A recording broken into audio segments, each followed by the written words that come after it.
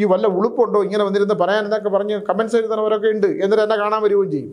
ഈ സ്വാമി ഇപ്പോഴും DNA അടിച്ച് കളയാറായില്ലേ എന്ന് പറയുന്നവരും ഉണ്ട്. എന്നിട്ട് എന്നെ കാണാൻ വരും. എന്നെ സ്ഥിരം ഇതിനകത്ത് മോശം എഴുതുന്നവരൊക്കെ പലരും എന്നെ കണ്ടിട്ടുള്ളതാണ്. ഇപ്പോൾ എഴുതാറില്ല. ഇപ്പോൾ പുതിയ ആൾക്കാരാണ്. ഇല്ലെങ്കിൽ കുക്കി സുബ്രഹ്മണ്യ ക്ഷേത്രത്തിൽ പോയി സർപ്പ സംസ്കാര പൂജ എനിക്ക് മാറ്റമുണ്ടാകുമോ? ഇല്ല. ചില ബന്ധങ്ങൾ, ചില കാര്യങ്ങളിൽ മാറ്റമുണ്ടാകില്ല. വരൻ തിരിച്ചറിഞ്ഞപ്പോൾ അവൾ കാലി വീണ് കരഞ്ഞുകൊണ്ട് ആ വരനെയും കൊലപ്പെടുത്തുകയാണ് ചെയ്തത്. നമസ്കാരം. 12-ാം തീയതി മുതൽ 12, 13, 14, 15 4 ദിവസം മുറിപ്പാലത്തെ മാടന്തമ്പുരാൻ ക്ഷേത്രത്തിൽ രാശിയില്ലാതെ ഫലം പറയുകയാണ്. സത്യം പറഞ്ഞാൽ എഴുത്ത് മുടങ്ങി എന്നുള്ളതാണ് ഏറ്റവും വലിയ പ്രശ്നം. എഴുത്ത് മുടങ്ങിയത് കൊണ്ട് ടീച്ചർ വലിയ പ്രശ്നങ്ങളാണ്. കാരണം പുസ്തകത്തിൻ്റെ വരുമാനം കൊണ്ടുള്ള ഒരു ജീവിതമാണ് എനിക്കുള്ളത്. 46 പുസ്തകങ്ങളിൽ വന്ന് നിൽക്കുകയാണ്. ഏപ്രിൽ മാസത്തിലെങ്കിലും 50 പുസ്തകമായി ഇറക്കണം എന്നുള്ളത് ഒരാഗ്രഹമാണ്. ആരോഗ്യ പ്രശ്നങ്ങളൊക്കെ ഉണ്ട്. ആരോഗ്യ പ്രശ്നങ്ങളൊന്നും ഇല്ലാതല്ലല്ലോ മനുഷ്യൻ. 63 മനുഷ്യൻ എഴുതുക എന്നുള്ളത് എനിക്ക് എഴുതാൻ അധികം സമയം വേണ്ട. പക്ഷെ കണ്ണിനൊക്കെ പ്രശ്നം ഉണ്ടായതുകൊണ്ട് എനിക്ക് ഒരുപാട് സ്ട്രെയിൻ എടുത്ത് എഴുതാൻ പറ്റാത്ത ഒരവസ്ഥയുണ്ടായിരുന്നു. ഇപ്പോൾ പ്രമേഹമൊക്കെ ഒന്ന് കുറഞ്ഞൊന്ന് ശരിയായി വരുവാണ്. 4 കിലോ ഭാരം കുറഞ്ഞു. എല്ലാം ഭക്ഷണമൊക്കെ കുറച്ചു. വല്ലാത്ത ഒരു മാനസികാവസ്ഥ. കുറേ നേരം മിണ്ടാതിരിക്കുന്നതാണ് ഇഷ്ടം ഞാൻ വിചാരിക്കുന്നത്. കുറേ നേരം നമുക്കിതാ ഇങ്ങനെ മിണ്ടാതിരിക്കും. മിണ്ടാതിരുന്നാൽ കിട്ടുന്ന ഒരു മാനസിക മനോസുഖമുണ്ട്. കാന്തരൂരിലേക്ക് പോകാമെന്ന് പറഞ്ഞാൽ എനിക്കിപ്പോൾ ഒരു തമിഴ് സിനിമ, തമിഴിലെ ഒരു വലിയ ഡയറക്ടറുണ്ട്, നേശൻ എന്ന് പറയുന്നത്. അദ്ദേഹത്തിന് വേണ്ടി ഞാനൊരു കാദംബരി എന്ന് പറയുന്നൊരു ഹൊറർ സിനിമ, ഒരു തന്ത്രമാന്ത്രികവും അതിലെ ഹൊററുമായിട്ടൊരു കഥ ഒരു വർഷം മുമ്പ് എഴുതിയാൽ എന്നെ ആ കാട്ടാക്കട കാളിദാസ തിയേറ്ററുള്ളായ പിന്നെ ബാലാനന്ദൻ നായർ അനി എന്ന് ഞാൻ വിളിക്കുന്നത്, അദ്ദേഹം എന്നെ കൊണ്ട് അത് എഴുതിപ്പിച്ചു. അതങ്ങനെ എഴുതി കളഞ്ഞതാണ്. പക്ഷേ അത് വീണ്ടും ആ സിനിമ നിർമ്മിക്കാനായിട്ടൊരാൾ വരികയും ആ സിനിമ നിർമ്മിക്കാനായിട്ടുള്ള ആ എഴുത്തിലേക്ക് കിടക്കേണ്ട ഒരു സമയമാണ്. 16-ാം തീയതി 20-ാം തീയതി മുതൽ 10 ദിവസം അതിൻ്റെ എഴുത്തിന് വേണ്ടി ഇരിക്കണം. അത് ശ്രീലങ്കയിൽ വെച്ച് ഷൂട്ടിങ്ങൊക്കെ തുടങ്ങാമെന്ന് വിചാരിച്ച് അങ്ങനെ പ്ലാൻ ചെയ്യുവാണ്. അപ്പോൾ അങ്ങനെ ഒരു സിനിമ വന്നപ്പോൾ എൻ്റെ എഴുത്തിന് നല്ലവണ്ണം ബാധിച്ചു. എൻ്റെ ഈ പ്രവചനങ്ങളും എൻ്റെ അമ്പലങ്ങളും ഒക്കെ പ്രശ്നമാണ്. മുറിപ്പാലത്തടി മാടന്തമ്പുരാൻ ക്ഷേത്രത്തിലാണെങ്കിൽ വരുമാനമൊന്നുമില്ല. ഈ കിട്ടുന്ന വരുമാനം കൊണ്ട് തന്നെയാണ് അവിടെ എല്ലാ കാര്യങ്ങളും നടത്തേണ്ടത്. 4 ദിവസം മനുഷ്യൻ്റെ ദുഃഖങ്ങളും ദുരിതങ്ങളും പരിഹാരമില്ലായ്മയൊക്കെ കേൾക്കുന്നു. എന്നെ ഒരാൾ വിളിച്ചു. ഇതിൻ്റെ പേര് ഞാൻ പറയുന്നില്ല. എൻ്റെ എല്ലാ കാര്യങ്ങളും കപട സന്യാസി വായിച്ചിട്ട് ഇന്നലെ പാതിരാത്രിയായപ്പോൾ എന്നെ വിളിച്ചു. 15 അധ്യായം വായിച്ച് സ്വാമി എനിക്ക് സഹിക്കാൻ പറ്റുന്നില്ല, അതുകൊണ്ടാണ് ഞാൻ വിളിച്ചത്, എന്നോട് ക്ഷമിക്കണം എന്ന് പറഞ്ഞു. അപ്പം അദ്ദേഹം എന്നോട് പറഞ്ഞത്, സ്വാമിയുടെ ജീവിതത്തെ പോലെ, കഴിഞ്ഞു പോയ ഒരു ജീവിതത്തെ പോലെ ഞാനിങ്ങനെ ഒരുമിച്ച് പൊയ്ക്കൊണ്ടിരിക്കുവാണ്. അദ്ദേഹം 2 പ്രാവശ്യം എന്നെ കാണാൻ വന്നതാണ്. അദ്ദേഹത്തിൻ്റെ പ്രശ്നം എന്താണെന്ന് വെച്ചാൽ അദ്ദേഹത്തിന് ഈ ജന്മത്തിലുള്ള ഭാര്യയും മകളും അദ്ദേഹത്തിൻ്റെ ഇപ്പോഴത്തെ ജീവിതവും. പക്ഷേ പൂർവ്വജന്മം അനുസരിച്ച് ഇതിന് പരിഹാരമില്ല. ഏകാന്തമായി ദുഃഖ ദുരിതങ്ങളിലൂടെ കടന്നു പോയേ പറ്റൂ. സ്വാമി എല്ലാവർക്കും പരിഹാരം പറഞ്ഞു കൊടുക്കണ്ടല്ലോ, എനിക്കൊരു പരിഹാരം. ഞാൻ തലക്കേവേരി കുളിപ്പിച്ച് വിധി മാറ്റിയാൽ, അല്ലെങ്കിൽ കുക്കി സുബ്രഹ്മണ്യ ക്ഷേത്രത്തിൽ പോയി സർപ്പ സംസ്കാര പൂജ എനിക്ക് മാറ്റമുണ്ടാകുമോ? ഇല്ല. ചില ബന്ധങ്ങൾ, ചില കാര്യങ്ങളിൽ മാറ്റമുണ്ടാകില്ല. അല്ല, കഴിഞ്ഞ ദിവസം കാണാൻ വന്നൊരു ഫാമിലി ഉണ്ടായിരുന്നു. ആ ഫാമിലിയിലെ കുട്ടിക്ക് 36 വയസ്സായി. 36 വയസ്സായ കുട്ടിക്ക് വിവാഹ സംബന്ധമായി ആദ്യം ഒരു വിവാഹം തീരുമാനമായി. കല്യാണ മണ്ഡപത്തിൽ വെച്ച് വരൻ പ്രണയിച്ചിരുന്ന പെൺകുട്ടി ആ വിവാഹ മണ്ഡപത്തിലേക്ക് വന്ന് വിവാഹം മുടക്കി. ഈ പെൺകുട്ടി വിവാഹം വേണ്ടാന്ന് വെച്ചു. ഈ അച്ഛനും അമ്മയ്ക്കും ആണെങ്കിൽ ഈ പെൺകുട്ടി വിവാഹം കഴിപ്പിച്ചേ പറ്റൂ. ഒറ്റ മകളേ ഉള്ളൂ, ഇഷ്ടം പോലെ സ്വത്തുണ്ട്. പെൺകുട്ടിയുടെ മനസ്സിലേറ്റ ഒരു ആഘാതം കൊണ്ട് ആ പെൺകുട്ടിക്ക് വിവാഹം കഴിക്കണം എന്നില്ല. പക്ഷേ ഇങ്ങനൊരു വിഷയമുണ്ട്. ഈ അച്ഛനും അമ്മയുടെയും കാലത്തിന് ശേഷം എങ്ങനെ ജീവിക്കും? കുട്ടിക്ക് നല്ലവണ്ണം ബിരുദമുണ്ട്, കുട്ടിക്ക് ജോലിയുണ്ട്, ഇഷ്ടം പോലെ സമ്പത്തുണ്ട്, പക്ഷേ വിവാഹം നടക്കില്ല. അപ്പോൾ ഞാൻ ഇതിൻ്റെ പൂർവ്വജന്മം നോക്കി ഞാൻ പറഞ്ഞു, ഒരു കാര്യം, കുട്ടിയുടെ ഈ ഗ്രഹനിലയൊക്കെ എടുത്ത് ഞാൻ ശ്യാമിനോട് പറഞ്ഞു ഈ ഗ്രഹനില നോക്കിയൊന്ന് പറയാൻ. നമ്മുടെ മുറിപ്പാലത്തടിയിലെ എൻ്റെ കാര്യങ്ങളൊക്കെ നോക്കുന്ന ജ്യോതിഷനാണ് അദ്ദേഹം. നന്നായിട്ട് നോക്കിയിട്ട് എൻ്റെ അടുത്ത് ഫലം പറഞ്ഞു. ഞാൻ അദ്ദേഹത്തിന് പൂർവ്വജന്മം എടുത്തപ്പോൾ ഈ വരൻ എന്ന് പറയുന്നവനെ, ഈ വരനും ഈ വന്ന പെണ്ണിനെയും വരനും പൂർവ്വജന്മത്തിൽ പ്രണയിച്ചിരുന്ന കാലഘട്ടത്തിൽ ഈ പെൺകുട്ടി വഞ്ചിച്ചു. ആരെ? ഈ ചെറുപ്പക്കാരൻ്റെ വിവാഹം മാത്രമല്ല, ജീവിതം വെച്ച് ഈ വരനോട് ഇഷ്ടം തോന്നുകയും ഈ വരനെ പ്രണയിക്കുകയും ഈ പ്രണയം മറ്റേ പെൺകുട്ടി, അവളെ കൂട്ടുകാരി, 2 പെൺകുട്ടി കൂട്ടുകാരികളായിരുന്നു, ഈ പെൺകുട്ടിയായിട്ട് ഒരുമിച്ചുണ്ടായിരുന്ന കാലഘട്ടത്തിൽ ഇവൾക്ക് ഈ വരനോട് ഇഷ്ടം തോന്നി. ഏത് ഈ വന്ന പെൺകുട്ടിക്ക്, എൻ്റെ അടുത്ത് വന്ന പെൺകുട്ടിയുടെ പൂർവ്വജന്മമാണ് ഞാനീ പറയുന്നത്. വരനോട് ഇഷ്ടം തോന്നുകയും അവൾക്ക് വിഷം കൊടുത്തു കൊന്നു. വിഷം കൊടുത്തു എന്നിട്ട് ഈ വരനെ സ്വന്തമാക്കാൻ ശ്രമിച്ചപ്പോൾ ഈ വരൻ തിരിച്ചറിഞ്ഞപ്പോൾ അവളെ കാലി വീണ് കരഞ്ഞുകൊണ്ട് ആ വരനെയും കൊലപ്പെടുത്തുകയാണ് ചെയ്തത്. ആ മരണശേഷം, ആ മൃത്യുവിന് ശേഷം ഈ ജന്മം എടുത്ത് വന്നേക്കാണ്. അപ്പോൾ ഈ ജന്മത്തിൽ ഇവളുടെ ജീവിതം നശിപ്പിച്ചേ പറ്റൂ. ഇതിന് പരിഹാരമില്ല. 36 വയസ്സായി. ഇതിന് പരിഹാരമില്ല. ഇതെന്ത് പരിഹാരം ചെയ്യാൻ? പരിഹാരം ഉണ്ടാക്കണമെങ്കിൽ ആ 2 ജന്മത്തിൽ ഈ തന്ത്രശാസ്ത്രത്തിൽ ആ ജന്മാംശം എടുക്കണം. ആ ജന്മാംശം എടുത്ത് അതിന് പരിഹാരം ചെയ്താൽ അവർ പുനർജനിച്ചിട്ടുണ്ടെങ്കിൽ, ഇത് അന്ധവിശ്വാസമാണ്. ഈ സ്വാമിക്ക് തലയ്ക്ക് വല്ല കുഴപ്പമുണ്ടോ, ഈ വല്ല ഉളുപ്പുണ്ടോ, ഇങ്ങനെ വന്നിരുന്ന് പറയാൻ എന്നൊക്കെ പറഞ്ഞ് കമൻസ് എഴുതുന്നവരൊക്കെ ഉണ്ട്. എന്നിട്ട് എന്നെ കാണാൻ വരികയും ചെയ്യും. ഭൂതവും ഭാവിയൊക്കെ അറിയാനായിട്ട്. ഈ സ്വാമി ഇപ്പോഴും DNA അടിച്ച് കളയാറായില്ലേ എന്ന് പറയുന്നവരും ഉണ്ട്. എന്നിട്ട് എന്നെ കാണാൻ വരും. അപ്പോൾ എൻ്റെ ഇത് 4 ഫലം കേൾക്കുമ്പോൾ അതുവഴി പോവുകയും ചെയ്യും. എന്നെ സ്ഥിരം ഇതിനകത്ത് മോശം എഴുതുന്നവരൊക്കെ പലരും എന്നെ കണ്ടിട്ടുള്ളതാണ്. ഇപ്പോൾ എഴുതാറില്ല. ഇപ്പം പുതിയ ആൾക്കാരാണ്. അപ്പോൾ ഈ പൂർവ്വജന്മത്തിലേക്ക് നമ്മൾ വന്നു കഴിഞ്ഞാൽ ഈ പൂർവ്വജന്മത്തിലെ ആൾക്കാർ എവിടെയാണ് ജനിച്ചത്, എവിടെയാണ് ഈ കുട്ടിയുടെ പൂർവ്വജന്മം നമ്മൾ കണ്ടുപിടിക്കണം. അങ്ങനെ ഞാൻ ഈ അച്ഛനമ്മമാർ തഞ്ചാവൂർ കുംഭകോണത്ത് പോയിട്ട് നാഡീശാസ്ത്രം ഒന്ന് പരിശോധിച്ച് നോക്കൂ. എൻ്റെ ലക്ഷണത്തിൽ ഇത് കിട്ടുന്നില്ല. എൻ്റെ ലക്ഷണം അനുസരിച്ച് ഇത് നാഗർകോവിൽ ഭാഗത്തുള്ള ഈ ഏതോ ഒരു ചെറിയ ഗ്രാമത്തിലാണ് ഇത് നടന്നിരിക്കുന്നത്. എനിക്ക് വ്യക്തമായിട്ട് അത് കണ്ടെത്താൻ പറ്റുന്നില്ല. കാരണം ആ ജന്മത്തിൽ തന്നെ ഇത് ഇവർ പ്രേതമായിട്ട് ഈ കുട്ടി മരണപ്പെട്ട പ്രേതാത്മാക്കൾ ഈ കുട്ടിയെ നശിപ്പിക്കുകയും നാശം സംഭവിക്കുക മാത്രമല്ല അവർ ഈ പെൺകുട്ടിയുടെ കുടുംബത്തെ നശിപ്പിച്ചു കളഞ്ഞു. അപ്പോൾ ഇത് അന്ന് തന്ത്രമാന്ത്രികം ചെയ്ത് ആരാണ്ട് പ്രതിമയിൽ ആവാഹിച്ച് അവിടെ ഒരു ആൽമരത്തിൻ്റെ ചുവട്ടിൽ ഒരു അമ്പലം പോലെ കെട്ടി അവിടെ ശിലയാക്കി പ്രതിഷ്ഠിച്ച് അവിടെ ആൾക്കാർ വന്ന് വിളക്കൊക്കെ കത്തിക്കുന്നുണ്ട്. ആ വിളക്കൊക്കെ കത്തിക്കുന്നിടത്തോളം കാലം തന്നെ അവരെ ഇങ്ങനെ ദമ്പതിമാർ അപ്പോൾ വിവാഹം കഴിക്കാത്ത ദമ്പതിമാർ ഇല്ലെങ്കിൽ പ്രണയിക്കുന്ന ദമ്പതിമാർ അവിടെ പോയിട്ട് വിളക്ക് കത്തിച്ചാൽ ഈ വിവാഹം നടക്കുന്നൊരു കാര്യമുണ്ട്. അപ്പോൾ ഞാൻ പറഞ്ഞു, നിങ്ങൾ അവിടെ പോയിട്ട് ഇതൊന്ന് കണ്ടുപിടിച്ച് നോക്കും. ഇങ്ങനൊരു സ്ഥലമാണ്. അത് വയലിലൊക്കെ ഉള്ള എന്നൊരു പ്രദേശമാണ്. ഉൾഗ്രാമങ്ങളിലേക്ക് പോകണം. തൃപ്പരപ്പൻ ക്ഷേത്രമൊക്കെ കഴിഞ്ഞിട്ടുള്ള ഏതോ ഒരു സ്ഥലമാണ് എന്നൊക്കെ നമുക്ക് വ്യക്തമായിട്ടൊന്നും ധാരണ. അതൊക്കെ തന്ത്രമാന്ത്രികങ്ങളിൽ ബന്ധിച്ചു കഴിഞ്ഞാൽ അത് പിന്നെ കണ്ടുപിടിക്കാൻ വലിയ പ്രയാസമാണ്.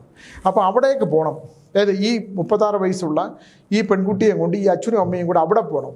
അവിടെ പോയി അവിടെ മാപ്പ് ചെയ്ത് അവിടെ അന്നദാനം കൊടുത്ത് അവിടെ വിവാഹ പട്ടും പാവും വളയും ഒക്കെ മേടിച്ച് വെച്ച് പരിഹാരക്രിയകൾ ചെയ്താൽ ഒരു പക്ഷേ വിവാഹം നടന്നേക്കാം. അവർ ക്ഷമിക്കണം.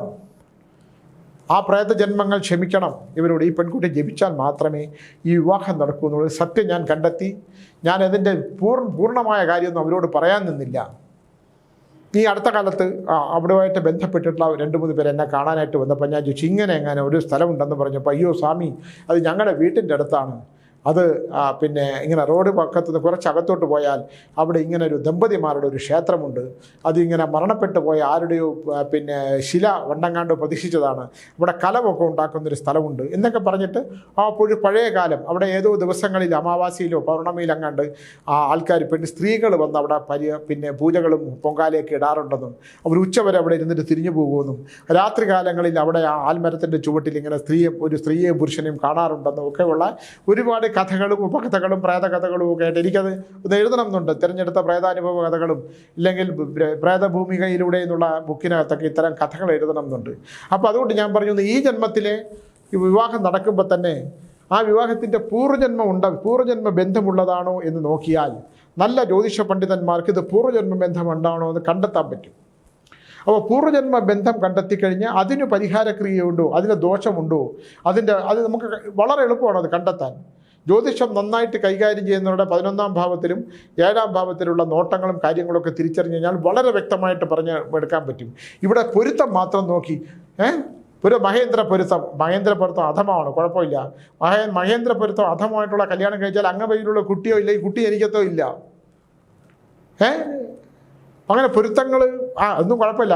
6 പൊരുത്തമുണ്ട് ഇല്ലെങ്കിൽ 5 പൊരുത്തമുണ്ട്, കെട്ടിക്കോളൂ എന്ന് പറഞ്ഞാൽ ഇവിടെ 10 പൊരുത്തമുള്ളവർ അടിച്ചു പിരിഞ്ഞുകൊണ്ടിരിക്കുന്ന കാലഘട്ടമാണ്. നേരെ പൂർവ്വജന്മ ദോഷം, പൂർവ്വജന്മത്തിലെ കാര്യങ്ങൾ നോക്കി മാത്രം വിവാഹത്തിനുള്ള കാര്യങ്ങൾ ചെയ്യാവുള്ളൂ എന്നാണ് എൻ്റെ. അതിപ്പോൾ എല്ലാ ജാതി മത വിഭാഗത്തിലുള്ളവരും വന്ന് ഇപ്പം ജ്യോതിഷ സംബന്ധമായിട്ടുള്ള കാര്യങ്ങളില്ലെങ്കിൽ പൂർവ്വജന്മം നോക്കിയിട്ട് മനസ്സമാധാനം ശാന്തിയും ഇല്ലല്ലോ. ഞാൻ ചോദിക്കട്ടെ, ബാക്കിയെല്ലാം നമുക്ക് സഹിക്കാം.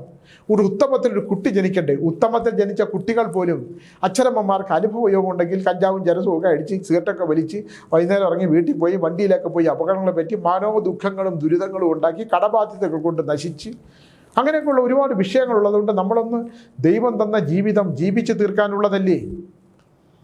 അല്ലേ? അങ്ങനെയല്ലേ? ദൈവം ഒരു ജീവിതം മനുഷ്യനായിട്ട് ജനിപ്പിച്ചത് എന്തിനാണ്?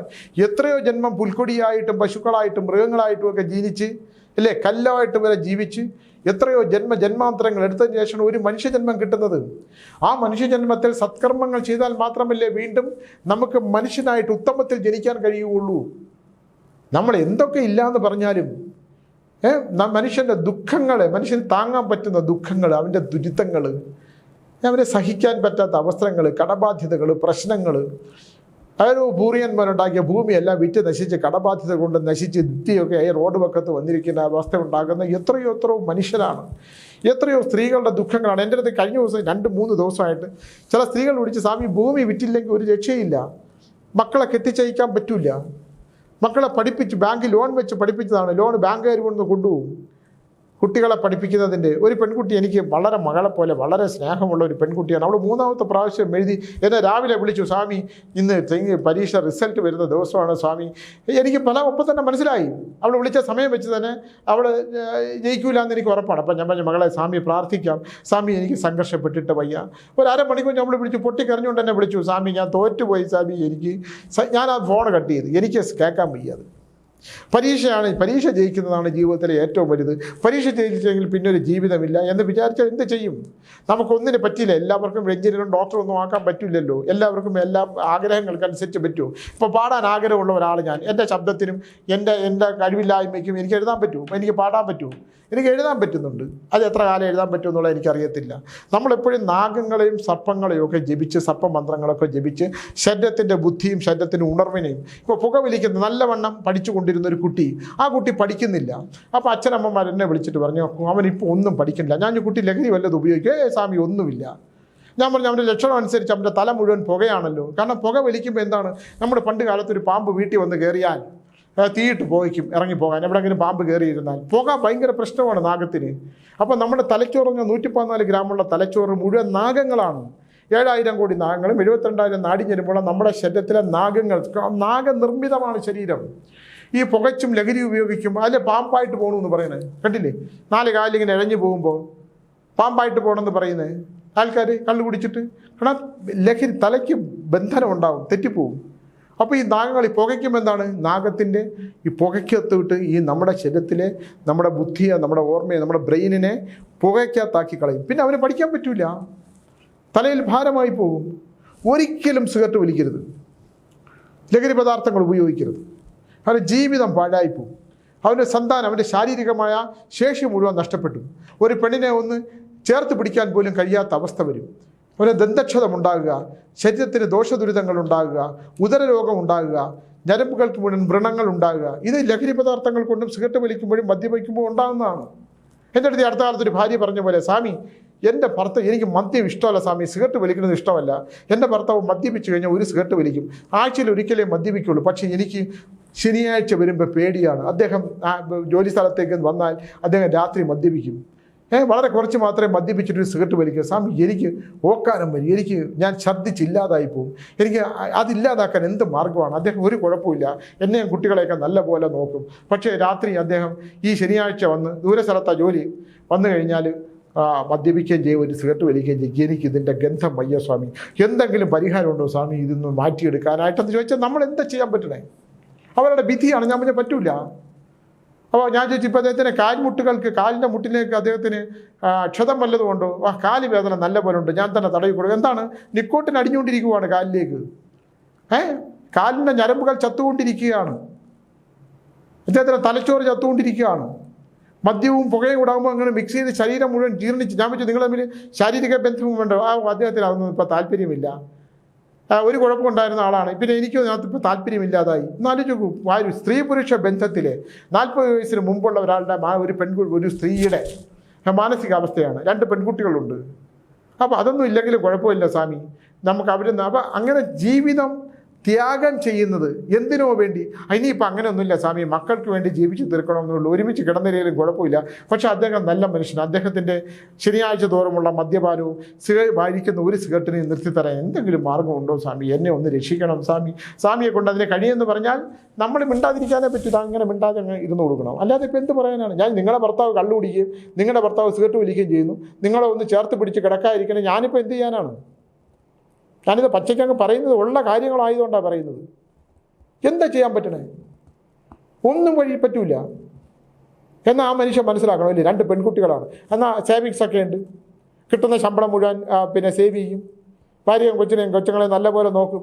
പക്ഷേ ഭാര്യയെ സംബന്ധിച്ചിടത്തോളം ദുഃഖം എന്താണ്? ഇദ്ദേഹം സിഗരറ്റ് വലിക്കുകയും മദ്യപിക്കുകയും ചെയ്യും. മദ്യപിച്ച് ഇദ്ദേഹം ഭാര്യയെ തല്ലൂല, മദ്യപിച്ച് മിണ്ടാതിരിക്കത്തേ ഉള്ളൂ, ഊർക്കം വലിച്ച് ഉറക്കും, ആ സിഗരറ്റിൻ്റെ മണം സിഗരറ്റ് കുറ്റിയും. എല്ലാ ശനിയാഴ്ചകളിലും ദുഃഖമുള്ള ഒരു സ്ത്രീ, എല്ലാ ശനിയാഴ്ചകളും ഭീകര രാത്രിയായി കാണുന്നൊരു സ്ത്രീ, ശനിയാഴ്ചകളെ പേടിക്കുന്ന ഒരു സ്ത്രീ.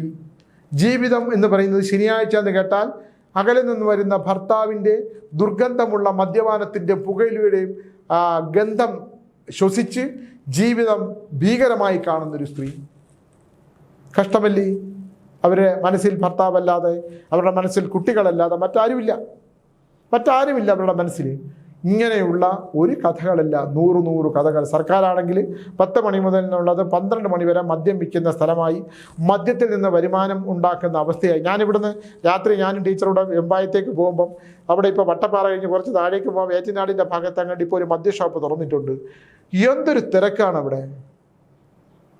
എനിക്ക് അത്ഭുതം തോന്നി. ഞാൻ കാറ് നിർത്തി നോക്കിയിട്ടുണ്ട്, നല്ല ചെറുപ്പക്കാർ, അവർ ജോലി കഴിഞ്ഞ് വന്നിട്ട് അവിടെ ക്യൂ നിന്ന്, എത്ര മണിക്കൂറാണെങ്കിലും കുഴപ്പമില്ല, ക്യൂ നിന്ന് മദ്യം മേടിച്ച് അവർ എന്തോ ജീവിതത്തിൽ ഒരു 10 കോടി രൂപയുടെ ലോട്ടറി കിട്ടുന്ന പോലെ, അല്ലെങ്കിൽ വൈഡ് നിധി കിട്ടുന്ന പോലെയാണ് അവർ മദ്യക്കുപ്പി ചേർത്ത് പിടിച്ചുകൊണ്ട് പോകുന്നത്. അങ്ങനെ മനുഷ്യൻ്റെ ജീവിതത്തെ, മനുഷ്യൻ്റെ സ്വാതന്ത്ര്യത്തെ, മനുഷ്യൻ്റെ സ്വപ്നങ്ങളെ മരവിപ്പിച്ച് കളയുന്ന, ആ മരവിപ്പിച്ച പണം കൊണ്ട് കോടികൾ വിറ്റ് ഉണ്ടാക്കുന്ന, സർക്കാരിന് ദൂർത്തടിക്കാനുള്ള പണം ഉണ്ടാക്കി കൊടുക്കുന്ന ഈ മദ്യ വ്യവസായം.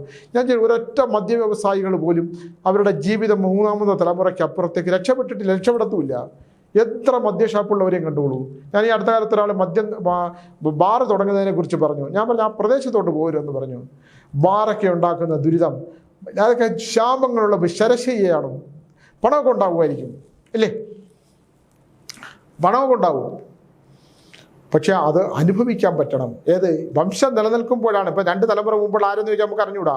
പക്ഷേ നമുക്ക് നമ്മുടെ പിതാക്കന്മാരെ അറിയാം, അപ്പൂപ്പന്മാരെ അറിയാം. ആ അപ്പൂപ്പന്മാരൊക്കെ നന്മ ചെയ്തുകൊണ്ടാണ് നമ്മളിപ്പോഴും ഇങ്ങനെയെങ്കിലും ഇരിക്കുന്നത് ഈ പ്രായത്തിലും. കള്ള് കച്ചവടം നടത്തിയവരുടെയൊക്കെ ഒരുപാട് കഥകൾ എൻ്റെ മുമ്പിലുണ്ട്. വാറ്റുചാരായം വിറ്റവരുടെയൊക്കെ കഥകൾ. വാറ്റുചാരായം വെച്ച് കോടികളുണ്ടാക്കി, സമ്പത്തുണ്ടാക്കി, പണമുണ്ടാക്കി, അവസാനം തൊണ്ടയിൽ വെള്ളം ഇറക്കാതെ ക്യാൻസർ ബാധ മരിഞ്ഞ് വെള്ളം ഇറങ്ങാതെ മരിച്ച എത്ര പേരുടെ കഥകൾ കേൾക്കണം. എൻ്റെ മുമ്പിൽ വരുന്ന കഥകളാണ്, എൻ്റെ മുമ്പിൽ വരുന്ന അനുഭവങ്ങളാണ്. അവിടെ ലഹരി ഉണ്ടാക്കുന്ന ദുരന്തം. ഇതേപോലെ ദൈവമില്ല, അമ്പലമില്ല, ദൈവവുമില്ല, എല്ലാം എടുത്ത് പറഞ്ഞ് ഒക്കെ ദൂരെ കളഞ്ഞ് അവിടെയൊക്കെ കാടുമൊക്കെ വെട്ടിത്തെളിച്ച് സർപ്പാരാധന, സർപ്പങ്ങളെ എടുത്ത് കളഞ്ഞിട്ടുണ്ടെങ്കിൽ, സർപ്പക്കാവ് നശിപ്പിച്ചിട്ടുണ്ടെങ്കിൽ, സർപ്പങ്ങളെ എടുത്ത് വെള്ളത്തിലിട്ടിട്ടുണ്ടെങ്കിൽ ശ്വാസം മുട്ടിയുള്ള മരണം. അത് എനിക്ക് മരണാനന്തര ശേഷമുള്ള ഒരു ജീവിതത്തെക്കുറിച്ച് നല്ലമായി അറിയാവുന്നതോടുകൂടി ഞാൻ പറയുകയാണ്. അത്തരം കർമ്മങ്ങൾ ചെയ്തവരുണ്ടെങ്കിൽ നിങ്ങൾ പുനഃപ്രതിഷ്ഠ നടത്തണം. 1 സെൻറ്റ് ഭൂമിയാണെങ്കിലും കുടുംബത്തിൽ ശേഷിക്കുന്ന ജീവിച്ചിരിക്കുന്നവരുടെ ദുഃഖ ദുരിതങ്ങൾക്ക് പരിഹാരമായിട്ട് 1 സെൻറ്റ് ഭൂമിയാണെങ്കിലും എല്ലാവരും കൂടെ മേടിച്ചൊരു നാഗപ്രതിഷ്ഠ നടത്തി, നാഗത്തിന് ആയില്യ ദിവസം മഞ്ഞ നീരാട്ടം നടത്തണം. അവിടെ പൂങ്കുല വെച്ച് അർപ്പിക്കണം, അവിടെ ഉപ്പും മഞ്ഞളും വെച്ച് പൂജിക്കണം. ദുഃഖ ദുരിതങ്ങൾ ഉണ്ടായിക്കഴിഞ്ഞാൽ നമുക്കതിനകത്ത് പരിഹാരമൊന്നുമില്ല. മനുഷ്യൻ്റെ ഞരമ്പുകളെ കിടത്തിക്കളയും, ഞരമ്പുകളെ മരവിപ്പിച്ച് കളയും. ഇങ്ങനെയുള്ള നിരവധി കാര്യങ്ങളുണ്ട്, നിരവധി കാര്യങ്ങൾ എൻ്റെ മുമ്പിലുള്ള കാര്യങ്ങളാണ്. ഞാൻ ഈ സർപ്പക്കാവ് നശിപ്പിക്കുന്നതിന് വളരെ വ്യക്തമായിട്ടുള്ള ഞാനൊരെണ്ണം ധരിച്ചിട്ടുണ്ട്. ഇത് ഞാൻ ധരിക്കുന്നതാണ്. എൻ്റെ അടുത്ത് പലരും ചോദിക്കുന്നുണ്ട്, പിന്നെ ഈ സ്വർണ്ണത്തിന് വില കൂടിയതായതുകൊണ്ട് എനിക്ക് പിന്നെ ഞാനിത് ധരിക്കുന്നതിന് ഒരു പ്രത്യേക കാരണമുള്ളതുകൊണ്ട് ധരിക്കുന്നതാണ്. അതുകൊണ്ട് ജീവിതം എന്ന് പറയുന്നത് ഹോമിച്ച് കളയാതിരിക്കുക. ദൈവം തന്ന ജീവിതമില്ലേ? അങ്ങനെയുള്ള ദൈവം തന്ന ജീവിതത്തിനെ ഹോമിച്ച് കളയാതെ, ദൈവം തന്ന വിശ്വാസ പ്രമാണങ്ങൾ, നമ്മൾ പൂർവികർ നമുക്ക് തന്നിട്ട് പോയ വിശ്വാസ പ്രമാണങ്ങളെ മുറുകെ പിടിച്ചുകൊണ്ട്, ആ വിശ്വാസ പ്രമാണങ്ങളുണ്ട്. ഇവിടെ ദൈവം എന്ന് പറയുന്ന ഒരു ശക്തി, ഇവിടെ പ്രപഞ്ചത്തിലൊരു ശക്തിയുണ്ട്. ആ ശക്തി ഉള്ളത് കൊണ്ടാണ് നമ്മൾ ജീവിക്കുന്നത്. ആ ശക്തിയിൽ മുറുകെ പിടിച്ചുകൊണ്ട് മുമ്പിലോട്ട് പോകണം. ഈശ്വരീയമായ ഒരു സാന്നിധ്യ ശക്തി ഉണ്ട്. അത് നിങ്ങൾ ഏത് മതത്തിൽപ്പെട്ടതാണെങ്കിലും ഒരു പ്രപഞ്ചശക്തിയെ മുറുകെ പിടിച്ചുകൊണ്ട് മൗനമായിട്ടുള്ള പ്രാർത്ഥനയ്ക്ക് പോലും ഉണ്ടാകുന്ന ഒരു ശക്തിയുണ്ട്. നീ മനസ്സിൽ വിളിച്ചാൽ മതി, ഉറക്കലറേണ്ട ആവശ്യമില്ല. ഒന്നും വിളിക്കേണ്ട, ഒരു അലർച്ചയുടെ ആവശ്യമില്ല. മൗനമായിരുന്നിട്ട് നമ്മുടെ ശരീരത്തിൻ്റെ ശുദ്ധിയെക്കുറിച്ച് ആലോചിക്കുക, നമ്മുടെ ശരീരത്തിൻ്റെ നല്ല ബോധത്തെക്കുറിച്ച് ആലോചിക്കുക, നമുക്ക് ചുറ്റുമുള്ള നല്ല പ്രകൃതിയെക്കുറിച്ച് ആലോചിക്കുക. നമ്മളെ നശിപ്പിക്കാൻ ശ്രമിക്കുന്ന ഒരുപാട് ദുഷ്ടശക്തികളൊക്കെ ഈ ചുറ്റും കാണും. പക്ഷെ അതൊന്നുമല്ല, നമ്മുടെ എനർജികളെ, ദുഷ്ടശക്തികളെ പോസിറ്റീവായിട്ട് എടുക്കുക. അല്ലേ? നമ്മളെ പോകുമ്പോൾ നമ്മളെ മണ്ണ് വാരിയിട്ട് നീ നശിച്ചു പോട്ടെ എന്ന് പറയുന്ന ഒരുപാട് പേരുണ്ട്. അല്ലെങ്കിൽ അവനെക്കുറിച്ച് എന്നെ ഈ അടുത്ത കാലത്ത് ഒരാൾ വന്നിരുന്നുണ്ട്, ചുമ്മാ പിന്നെ മറ്റേ പറഞ്ഞുകൊണ്ടിരിക്കുകയുള്ളൂ. ഞാൻ നിങ്ങൾക്ക് അയാളെ അറിയില്ല, പിന്നെ നിങ്ങൾ എന്തിനാണ് ഇത് പറയുന്നത്? അല്ല, അങ്ങനെയൊക്കെ എനിക്കറിയാം. നിങ്ങൾക്ക് എന്തറിയാം? നിങ്ങൾ അയാളെ നേരിട്ട് കണ്ടിട്ടുണ്ടോ മനുഷ്യ? നിങ്ങൾ ഈ പറയുന്ന ആളിനെക്കുറിച്ച്, അല്ല എൻ്റെ ഭാര്യയ്ക്ക് വല്ല ബന്ധം ഉണ്ടായിരുന്നോ? ഒരു പരിചയമില്ലാത്ത ആൾക്കാരെക്കുറിച്ച് ഇതുപോലെ വന്നിരുന്ന് തോന്നിവാസം പറയുന്ന, അതിൽ ആത്മസംതൃപ്തി കണ്ടെത്തുന്ന ഒരാൾ ഇത്തിരി നന്നായി പോയാൽ, അവനൊരു നല്ല വീട് വെച്ചാൽ, ഒരു നല്ല കാറ് വെച്ചാൽ, അവൻ്റെ മക്കളൊന്ന് നല്ലവണ്ണം പഠിച്ചു പോയാൽ ഒക്കെ അസൂയ കൊണ്ട് മൂത്ത് ഇല്ലേ ഫോൺ എടുത്ത് വെച്ച് അവരെ ചീത്ത പറയുന്ന, ഇല്ലേ വേറെ ആരെങ്കിലും വിളിക്കുന്ന പോലെ ആ മനസ്സിൻ്റെ ആത്മസംതൃപ്തി കണ്ടെത്തുന്ന മനോരോഗികളെ പോലുള്ള ഒരുപാട് പേരുടെ പ്രശ്നങ്ങൾ എൻ്റെ മുമ്പിൽ വരുമ്പോൾ ഞാനത് സഹിക്കാൻ പറയും. നിങ്ങൾക്ക് സഹിക്കാനുള്ള ശക്തിയാണ് വേണ്ടത്, അല്ലേ? എല്ലാം സഹിക്കാനുള്ള ശക്തി ഈശ്വരൻ തരട്ടെ. സർവവും സഹിക്കാനുള്ള ശക്തി. മനുഷ്യൻ്റെ 100 പ്രശ്നങ്ങൾ, അല്ലേ? നമ്മുടെ മരണം കൊണ്ട് തീർന്നുവെന്നാണോ വിചാരിക്കുന്നത്? മരണം കൊണ്ട് തീരില്ല. എല്ലാ മനുഷ്യനും എത്ര കാലം ജീവിച്ചിരിക്കാം. വെന്റിലേറ്ററിൽ നിന്ന് ഇറങ്ങിയിട്ടും എത്ര കാലം, വെന്റിലേറ്ററിൽ കൊണ്ട് കിടത്തിയവർ പോലും തിരിച്ചെടുത്തുകൊണ്ട് വന്നിട്ട് ഇല്ലേ ഇങ്ങനെ മരണമില്ലാതെ കിടക്കുന്നതിനൊക്കെ കാരണങ്ങളുണ്ട്. പുറം പൊട്ടി ഒലിച്ച് കിടക്കും, അല്ലേ? മരണം ബന്ധുക്കൾ തന്നെ നോക്കി മടുക്കും. ഹോം നേഴ്സിനെ വെച്ച് നോക്കി മടുക്കും. ഇവരും പോകുന്നില്ലല്ലോ, എൻ്റെ പിതാവ് എത്രയോ കാലമായിട്ട് ഇങ്ങനെ കിടക്കുന്നു. സ്വാമി, എന്താണൊരു അവസ്ഥ? ഇതിന് അദ്ദേഹത്തിന് എങ്ങനെയാണൊരു മോക്ഷം? കിട്ടൂല. ചെയ്ത ഏതോ പാപത്തിൻ്റെ പരിണിതലം കൊണ്ട് ഒരു പൈശാചികമായ ശക്തി തള്ളവിരലിൽ ഇങ്ങനെ പിടിച്ചേക്കുവാണ്. ഒരാൾക്കൊന്നും പറ്റില്ല. കൊല്ലുന്നവരില്ലേ? ഈ കഴിഞ്ഞ ദിവസം ഒരു ഭാര്യയും ഭർത്താവ് രോഗാവസ്ഥയിലായിരുന്നതുകൊണ്ട് ഭാര്യ കൊന്നു കളഞ്ഞിട്ട് അവർ ആത്മഹത്യ ചെയ്തു. കാരണം ആ ദുരിതം കാണാൻ പറ്റാത്തത് കൊണ്ട്. ഇത്തരത്തിലുള്ള നിരവധി കാര്യങ്ങൾ നമുക്ക് ചുറ്റുമുണ്ട്, അല്ലേ? നമുക്ക് ചുറ്റും നമ്മളിങ്ങനെ കറങ്ങി വന്നാൽ, ഇല്ലെങ്കിൽ എൻ്റെ അടുത്ത് വന്നാൽ ഞാൻ പറയുന്നതല്ലേ. അപ്പം അതുകൊണ്ട് പണമല്ല കാര്യം, സൗന്ദര്യമല്ല കാര്യം. ആരോഗ്യമുള്ള ദൃഢമായിട്ടുള്ള ഒരു ശരീരമുണ്ടെങ്കിൽ അത് ദുർബലമാകാൻ ഒരു നിമിഷം മതി, അല്ലേ? എത്ര സുന്ദരനായ മനുഷ്യനാണ്. ഇപ്പോൾ കണ്ടില്ലേ, കാന്തല്ലൂർ സ്വാമി പരമേശ്വരൻ പണ്ട് അനന്തഭദ്രം സിനിമ എഴുതപ്പോൾ എന്തൊരു സുന്ദരനായിരുന്നു എന്ന് പറയുന്ന ഒരുപാട് പേര്. എൻ്റെ വീട്ടിലൊരു പഴയ ഫോട്ടോ ഇരിപ്പുണ്ട്, സന്തോഷവനെടുത്തൊരു ഫോട്ടോ. അയ്യോ, ഇതാണോ സ്വാമി എന്താ ഇപ്പം ഇങ്ങനെ ആയിപ്പോയേ? സ്വാമി ഇപ്പം ഇങ്ങനെയാണ്, ഇല്ലേ? ശരീരം ഉപേക്ഷിച്ചിട്ട് എത്രയോ കാലമായി. മനസ്സാണ് ശക്തിയായിട്ടുള്ളത്. അപ്പോൾ മനസ്സ് നശിക്കാത്തിടത്തോളം കാലം നമ്മൾ നശിച്ചു പോകുന്നില്ല. ശരീരം എന്താണ് നശിച്ചു പോകുന്നത്? ശരീരം. പക്ഷെ മനസ്സ് നശിക്കുമ്പോൾ നമ്മൾ ഈ ഭൂമിയിൽ നിന്ന് പോകണം, അല്ലേ? മനസ്സാണ് നമുക്ക് ഭൂമിയിൽ നിന്ന് ഈശ്വരനോട് പറയണം, ഈശ്വര എനിക്ക് ജീവിതം മതിയായി, എന്നെ വിളിച്ചോളൂ എന്ന് ചിന്തിച്ചുകൊണ്ട് ഓരോ ദിവസവും ഓരോ നിമിഷവും എനിക്ക് ജീവിക്കാനായിട്ടുള്ള, എനിക്ക് സമ്പത്തല്ല വേണ്ടത്, എനിക്ക് സമാധാനവും ശാന്തിയുമായിട്ടുണ്ടെന്നാണ് എനിക്ക് വേണ്ടത്. എനിക്ക് നല്ല സൗഹൃദങ്ങളും നല്ല മനഃശാന്തിയുള്ള വാർത്തകളും എനിക്ക് സമാധാനമായിട്ട് ഉറങ്ങാനുള്ള ചിന്തകൾ തന്നാൽ മതി. ഞാൻ അറിഞ്ഞുകൊണ്ടോ അറിയാതെയോ ഏതെങ്കിലും തെറ്റ് ചെയ്തിട്ടുണ്ടെങ്കിൽ എനിക്ക് എന്നോട് പൊറുക്കണമേ എന്ന് പറഞ്ഞുകൊണ്ട് നമ്മൾ ജീവിച്ചു തുടങ്ങിയാൽ നമുക്ക് സമാധാനവും ശാന്തിയും കിട്ടും. എല്ലാവർക്കും മനസ്സിന് ശാന്തിയും സമാധാനമുള്ള ചിന്തകൾ ഉണ്ടാകട്ടെ എന്ന് പറഞ്ഞുകൊണ്ട് നിർത്തുന്നു. നമസ്കാരം.